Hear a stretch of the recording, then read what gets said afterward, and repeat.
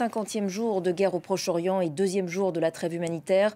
Après la libération hier de 13 otages israéliens, 10 Thaïlandais et un Philippin contre 39 prisonniers palestiniens, on est donc toujours dans l'attente de la libération de 13 autres otages retenus par le Hamas contre 39 autres prisonniers palestiniens.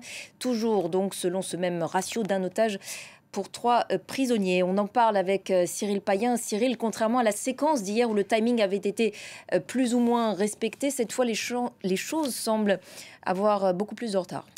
Oui, c'est le grain de sable dans le dispositif qui compensait bien huilé et on pouvait d'ailleurs s'en féliciter dans le dispositif de libération des otages. Eh bien, c'est le grain de sable, c'est ce qu'on redoutait en fait avec ce que vous disiez, la confirmation de ce délai par la voix d'un porte-parole des brigades de Ezzeddine Al-Qassam. C'est la branche armée du Hamas, c'est ni plus ni moins ceux qui ont lancé l'attaque le 7 octobre sur le sud. Alors là, on voit une image des libérations d'hier. Ce sont des images qui ont été livrées par le gouvernement israélien hier sur l'arrivée dans l'hôpital des premiers otages. Donc on pouvait espérer, et là évidemment on se met évidemment à la place des familles des otages qui pensaient, comme le mode opératoire fonctionnait bien jusque-là, avoir les mêmes images aujourd'hui, mais là il y a un report. Alors les raisons invoquées sont, je cite, le Hamas, ce sont une violation des termes de l'accord et des négociations avec Israël. Dans les détails, à Gaza, on nous dit de sources d'habitants de Gaza que des drones ont été entendus dans le sud de Gaza, de l'enclave, à Rafah,